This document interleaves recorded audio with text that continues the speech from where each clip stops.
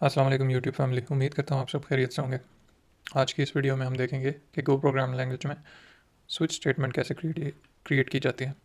इसके लिए मैं अपनी फ़ोल्डर में switch डॉट गो की फ़ाइल क्रिएट करूँगा और हमेशा की तरह पैकेज मेन को डिक्लेयर करूँगा और एक फंक्शन मेन जो कि हमारी इनिशियल एग्जीक्यूशन जहाँ से स्टार्ट होगी वो डिक्लेयर करूँगा।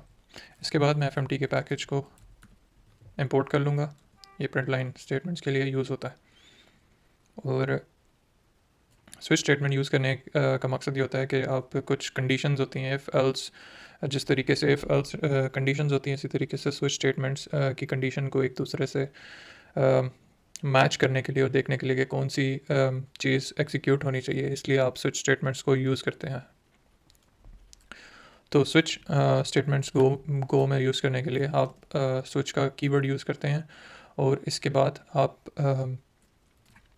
कोई भी वैल्यू यूज़ करते हैं जिसके अगेंस्ट आप कंपेयर कर सकते हैं आप अपने रिजल्ट्स को। फॉर एग्जांपल मैं एज का एक वेरिएबल क्रिएट करता हूँ, एज इक्वल्स टू 10, और इसके बाद मैं यहाँ पे अपनी स्टेटमेंट की ब्रैकेट्स लगा के अब मैं देखूँगा कि case age is less than 10, तो मैं यहाँ पे प्रिंट कर सकता हूँ fmt प्रिंट लाइन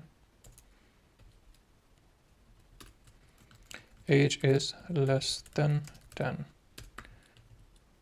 और इसी तरीके से मैं एक और स्टेटमेंट क्रिएट कर सकता हूँ, if age is greater than 10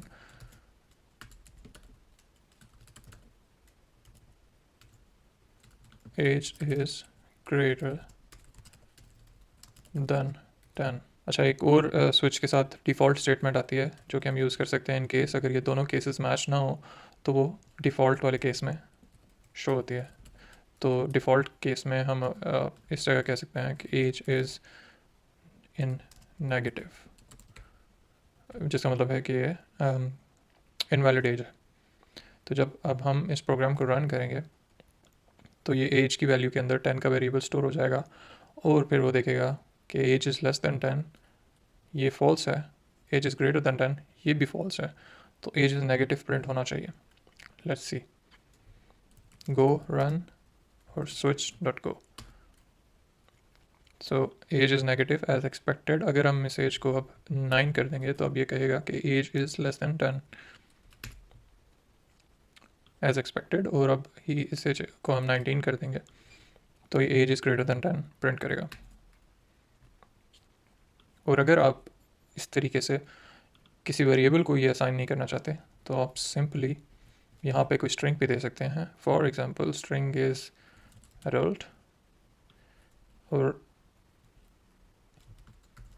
यहाँ पे कह सकते हैं case adult, then string is adult, और मैं सेकेंड वाले को रिमूव कर दूंगा और